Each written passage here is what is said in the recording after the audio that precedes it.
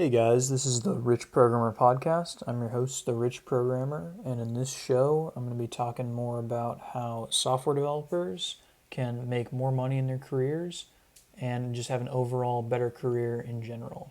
So, if that's something you want to do as a software developer, or you want to get into software development and kind of avoid a lot of the pitfalls a lot of software developers end up in, please consider subscribing.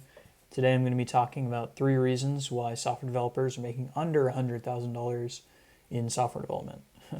What else?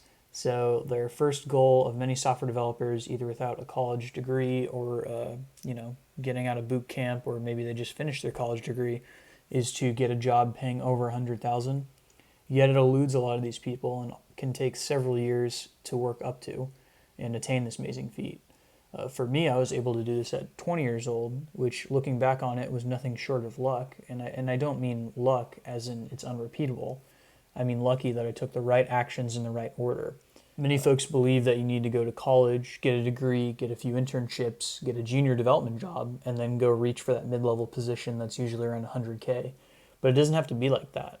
I stumbled upon a way much better in college that allowed me to skip these steps. I taught myself, made some side projects, joined a startup, and then used that combined experience to land a 100K plus job, all while in school. So I was taking full-time classes at the time, and I ended up not getting the job with a degree. So this process took about 3 years as opposed to the 6 to 7 year period of the first path.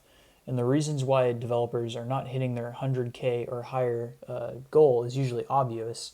It's just the solution that's causing them trouble. From my experience, I would like to go through the solutions to 3 classic problems on why you're not getting paid 100,000 or more. So number 1, not enough experience. This is a classic. So as someone who has done many interviews and has even hired some engineers, I can tell you right away that you're not getting that big job because of your lack of experience. Now, you may laugh at me and tell me that's painfully obvious, but how are we going to solve this? Are you trying to get internships, higher grades, or taking online courses? Each of these items has its place, but when it comes to experience, only the internships matter, and those have a set time frame and a limited skill set within those, so you're not touching as much of a project. If you want real experience for, say, a web development position, make your own website and make the entire website. If you want to work as a mobile dev, publish your own apps. It's much more impressive to those hiring you that you have taken the time to genuinely explore the field as opposed to working on a small piece of a project as an intern. And your time cannot be capped when you're working on your own stuff, so you can build whatever you want, and it makes it much more technically impressive, judging by the complexity of a project. So what I mean by this is, if you're trying to get an idea for a project, look at the job description for the job you want and use those technologies to build something similar. So this is not to say that internships are not for you, or you shouldn't do entry level work. But if you want to move faster, do this or both.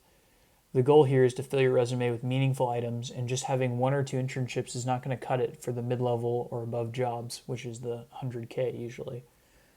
You may think this is an obvious path to jump on the junior dev, but that's kind of a mistake. Junior devs are often mid-level jobs with half the pay, at least from my experience, what I've seen some junior level developers do, as they're often asked to perform the same level tasks and have the same expectations set upon them. Sure, you will gain experience, but no, you're not being treated fairly. And that's why it's important to work on side projects along with internships. But let's say you're starting out and you just taught yourself, or perhaps you're in school, and what if you can't get an internship during this time? So you could work at a startup. So startups everywhere are online looking to build some Facebook clone or dating app that's going to change the world. And if you join one of these teams for free, it's like an internship with a lot more responsibility. You will often get to know the founder on a personal level and can ask them to give you whatever title you want. So you want to be the senior developer, want to be the CTO. If you make their project move forward and you're the only developer, they'll call you whatever you want. This is why I advise working at a startup over an internship, as it is a much better real-world experience. The only time I would take an internship over this is if the internship is like Google or one of these big companies. But even then, you'll still want to work on a side project to skip the junior level dev stuff for the reasons mentioned before. So number 2 is you're not asking for it and you're not valuing yourself more. So this might sound a little philosophical, like something Yoda would tell you, but it's right. By God as my witness, it's true. Most developers simply don't value themselves at what they're worth. I'm not suggesting that a college grad with no experience should simply go apply to be a senior developer because they think they're worth it. I'm saying that you need to take a serious look at what you can do and the value you bring to society. We are software developers in a time where software is eating the world. For every successful hire at Google, where devs make anywhere between 100 and 500K, the average profit, so that's after all expenses per engineer, is $1.6 million per year. So I'm going to say that again, 1.6 million. Think about that. You're bringing so much value to the business you work for and you don't even realize. Junior developers are able to pay what they pay because people out of college don't have any other options. But for you as side projects, perhaps joined a startup and has internships brought to the table, know that you are too good for this. You belong up in the 100K club. People are asked, so what is your expected salary? You will usually never ask what they're actually worth. Most who have imposter syndrome, which is very common in software development, feel like they don't belong and will take lower pay to tell themselves they don't deserve it because of lack of experience or other made-up reasons. And I'm here to tell you now that if you have 3 years or more of experience, whether it's from a real job in quotes or you have experience from internships or side projects, you should not be taking or accepting anything less than 100,000 here.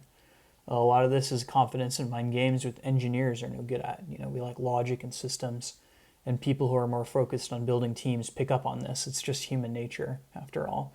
People hiring want the best for what their team is, and they want the best talent for the lowest price. If you're not confident in yourself, you will be taken advantage of, unfortunately. Think back to what I said about the profit per Google engineer next time you're looking at a job description and you're thinking of applying. How much profit do you think they're going to make off you? Is it 10 or 20K more, in your salary really going to matter in the long run to them? Think about that from their perspective. If they're making almost 10 times what they pay you per year off of you, they probably don't care. And if you have passed the interview and coding assignments in an interview, they lowball you. Don't fall for that. Don't act so desperate as to take their offer and miss out on that 10 to 20,000 more you could get just right off the bat. And if it's a really lowball offer, then screw them. You don't want to work for people that think it's okay to take advantage of folks anyways. Number 3 is you're not applying to enough jobs. So let's say you've logged on to LinkedIn or Stack Overflow and you're scrolling down the list looking for a job. You see some technology or skills that don't quite fit and then you keep scrolling. This is the wrong thing to do. You need to apply to as many jobs as possible, even if they're not a perfect fit in terms of the listed technologies. And I'll let you in on a little secret. Most of these job descriptions aren't even what's being used in the job. If it's a giant list of every mobile technology ever for a mobile development job, chances are the job description was created by someone who has no idea how programming or tech stacks work. Once you have enough real-world experience, it's actually quite easy and funny to spot descriptions mismatching or out-of-place programming languages in tech. Just make sure you qualify for the core responsibilities. The rest either won't pop up or you can learn on the job. No one just ever jumps into a position from day one and knows everything about the company's tech anyways, and even if it's something familiar. If you're a year or so under the minimum experience, still give it a shot. I've never seen someone not get hired because they have 3.5 years of perhaps a programming language like Swift instead of 4. All that matters is that you get the first initial interview and the rest you can study and prepare for. In order to maximize our chances here, we need to apply to as many jobs as possible, within reason, of course. Just know that if you're worried about strict requirements, it's really not that strict. Just apply to more jobs. So my final thoughts here is software development is a very interesting career.